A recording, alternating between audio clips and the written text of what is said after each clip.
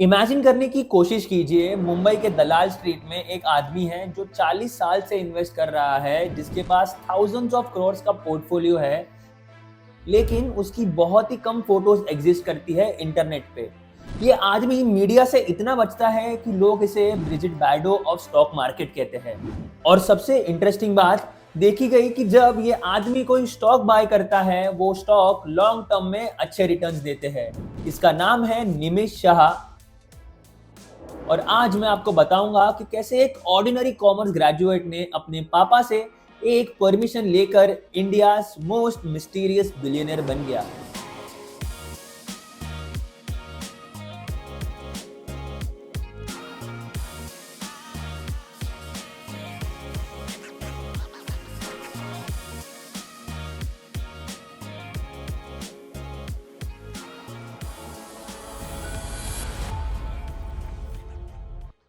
1980s की बात है। मुंबई में एक मिडिल क्लास फार्मास्यूटिकल फैमिली का लड़का था निमिष शाह।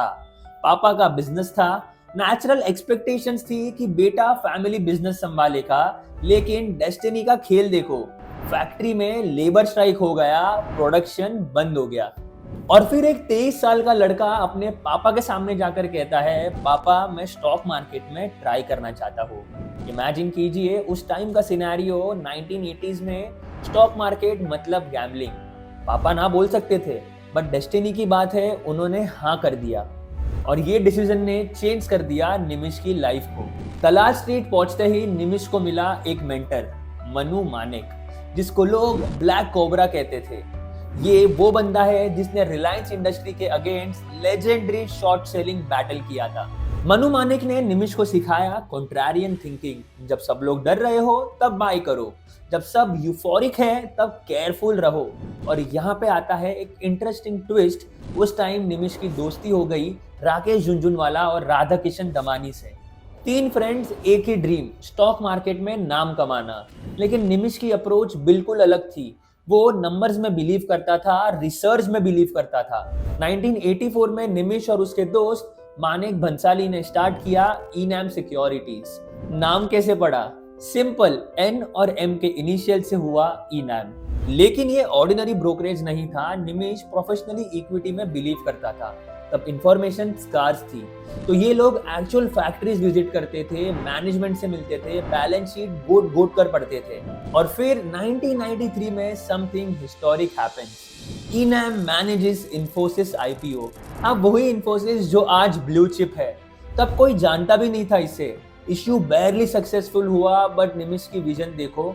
उसने कहा management quality matters the most. अब बात करते हैं निमिष की लेजेंडरी स्टॉक पिक्स की। एक टेक्सटाइल मशीनरी कंपनी 2014-15 में क्वाइटली अक्यूमुलेट करना शुरू किया। स्टॉक प्राइस था अराउंड 2400 रुपए, आज 14800 रुपए। That's 525% return in just 10 years। उसका ये एक स्टॉक है वर्थ 1500 करोड़ का। ऑटो ग्लास मैन्युफैक्चरिंग कंपनी 5 साल पहले 150 रुपए का था, आज 822 rupees, almost 450% returns. Air compressor company 2020 में 66 रुपीज, आज 500 प्लस रुपीज। That's 660% returns. लेकिन सबसे इंटरेस्टिंग बात यह है, निमिष के पास सिर्फ 6 से 7 स्टॉक्स है in total. Concentration strategy. Warren Buffett कहते हैं diversification is protection against ignorance. Nimish exactly यही फॉलो करता है। निमिष का इन्वेस्टमेंट मंत्र बिल्कुल सिंपल है। 3 चीजें देखता है, साइज ऑफ अपॉर्चुनिटीज, इंडस्ट्री में ग्रोथ पोटेंशियल है या नहीं। दूसरा, मैनेजमेंट क्वालिटी, लीडरशिप ऑनेस्ट और कॉम्पिटेंट है या नहीं। और तीसरा, एंट्री प्राइस, स्टॉक का वैल्यूएशन रीजनेबल है या नहीं। और एथिक्स के मामले में ये कॉम्प्रोमाइज नहीं करता। Tobacco companies, alcohol companies, even hotel chains में इन्वेस्ट नहीं करता, because they serve non-veg food and alcohol, which is against the Jain principles। Story है, जब रिलायंस ने EIH ओबेरॉय होटल्स में स्टेक बाय किया, तब इनाम ने अपना पूरा रिलायंस होल्डिंग सेल कर दिया एथिकल ग्राउंड्स पे। लेकिन सबसे फैसिनेटिंग एस्पेक्ट है निमिष की mysterious personality.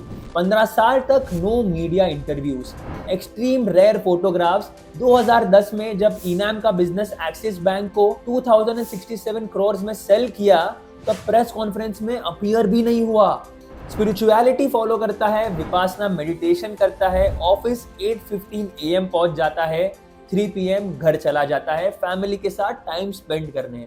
Despite being a billionaire उसकी लाइफस्टाइल बहुत सिंपल है। तो ये है निमिष शाह की कहानी, एक आदमी जिसने दिखाया कि स्टॉक मार्केट में सक्सेस के लिए नॉइज नहीं, फंडामेंटल्स देखने पड़ते हैं।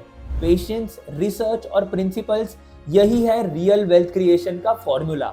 उसका फेवरेट कोट है वॉरेन बफेट का, it's far better to buy a wonderful company at a fair price than a fair company at a wonderful price.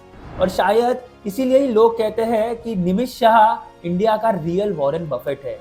Not because the media says so, but because his results speak louder than any publicity ever could. अगर आपको ये story पसंद आई है तो मुझे comments में बताओ कि इंडिया के कौन से मिस्टीरियस इन्वेस्टर के बारे में आपको जानना है नेक्स्ट वीडियो में। इस वीडियो को लाइक करें, अपने दोस्तों के साथ शेयर करें और हमारे चैनल ट्रैक को जरूर सब्सक्राइब करिए।